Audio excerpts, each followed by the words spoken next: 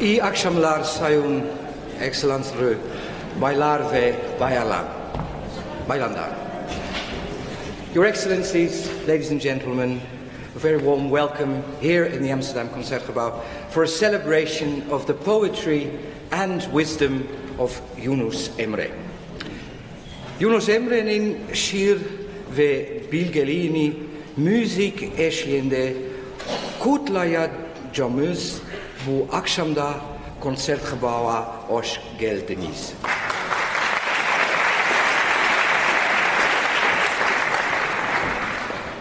Türkiye'nin en iyi müzisyenlerinden olan Tulu, İçözü, Tanini Trio ve Hakan Çetinkaya tarafından yapılan müzik ile bizlerle birlikte olacaklar. Tonight we will hear some of Yunus Emre's finest poetry performed by some of the best musicians in Turkey. The Tanini Trio, Hakan Çetinkaya on percussion, and the famous Turkish Mezzo-Soprano Tulu İçözü.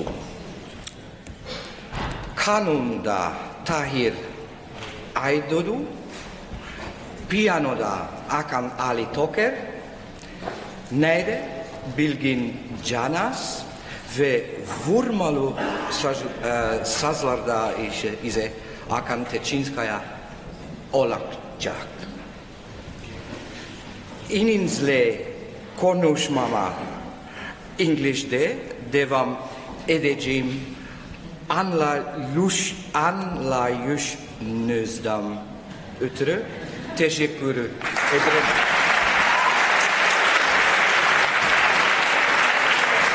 Well, as you heard, my Turkish is quite bad, so I hope you will forgive me that I do the rest of the evening's introduction to this concert in English. Yunus Emre was a Turkish poet and Sufi mystic who lived between 1238 and 1320 and greatly influenced Anatolian culture. He wrote in the old Anatolian Turkish language, an early stage of modern Turkish. Yunus Emre is considered by many to be one of the most important Turkish poets. Little can be said for certain about his life, but the stories that are told about his life are almost as rich as his own poetry. In his time, the region, which is now Turkey, was suffering from many wars. There were invasions from the Mongols from the east, and in the country itself there were many tribal wars. And the young Yunus saw a lot of suffering. He was quite a different child. He used to wander off from his village into the fields, into the woods, where he was inspired by nature. But very early on in his life, he felt a very deep sorrow. And that sorrow he carried with him all through his life, and it made him quite a lonely person. Now, there's a story about where this sorrow came from. He was wandering as a young boy, as I said, through the woods, and he came to a river. And in the river, he saw a water wheel. And the water wheel, of course, served nature because the water from the flow helped the plants and the trees to grow. But the young Yunus saw the water as the tears from the universe. And he felt that the universe cried. He wrote, "I am the sorrowing water wheel. My waters flow and flow. This is what God has commanded, and this is why I weep and moan." He went on a life journey, and on this journey he would help people who suffered, not only by giving them food or helping them with other things, but especially with his deep poetry and his wisdom. The people loved him because the poetry was very simple and direct, even though it had many, many meanings, but they could understand his language. To come back to this moment of wisdom and his search for truth and humanity, I have a few little quotes from a poem. "Now and then, like the winds I blow, Now and then like the roads I go, now and then like the floods I flow. Come, see what love has done to me. As you probably know, he was a contemporary of the great poet Rumi.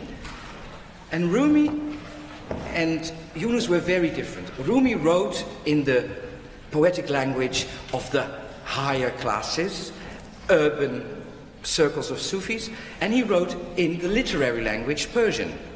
Yunus Emre, on the other hand, traveled on foot through the countryside, through all the poor villages, and he wrote his poems and songs in their own language. One day, Rumi and Yunus Emre met each other, and Rumi asked Emre what he thought of his great work, Matnavi. And Emre said, of course, it's excellent, but I would have done it completely differently. And Rumi said, why and how? And Yunus said, well, what I would have written is this. I came from the eternal, I clothed myself in flesh and took the name Yunus. That's simple. And that's what you will hear if you understand the Turkish tonight. It's simple language, but it has so many meanings. And I will tell you one more little example of that later on. I will just say that tonight you will hear his own words. His own words which have been passed on for 700 years or more, have been written down by various composers, but what you will hear tonight is an interpretation of his poetry in Turkish, but also Western music styles. You will hear influences of jazz. There will be improvisations, but what tonight's concert hopefully will do is that it will bring you closer to the meaning and the feeling and the experience of the words of Yunus Emre. And that is not always very easy.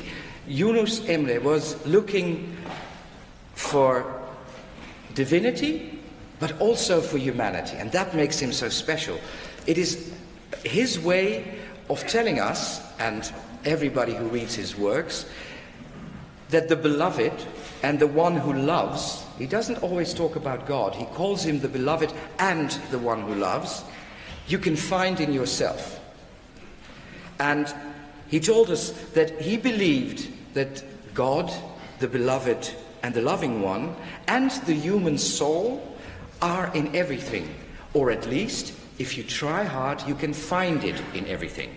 You just have to follow the path of divinity and humanity, always the two combined. The Tanini Trio with Bilgin Canas on different neys, those are Turkish flutes that are played at the end.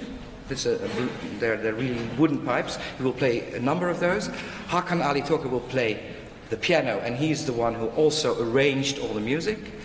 Tahir Aydoğdu will play the kanun, the Turkish sitar, and they are joined by the percussionist Hakan Çetnikaya, and of course by the Mezzo-Soprano Tulu İçözü. In the lines of the poem Gelin tanış olalım, the poet invites us to be friends forever. But he uses the word come and let us be friends together.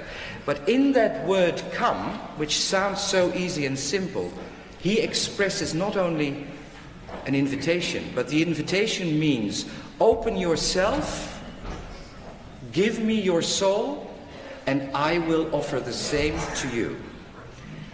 These lines are part of a longer poem, Akçihana Doludur, which you will hear later in its full, but Professor İçözü used it for one song. Our musicians tonight have chosen exactly this text to open the concert. So with the words of Yunus Emre, I invite you, come, let us all be friends for once. Gelin tanış olalım.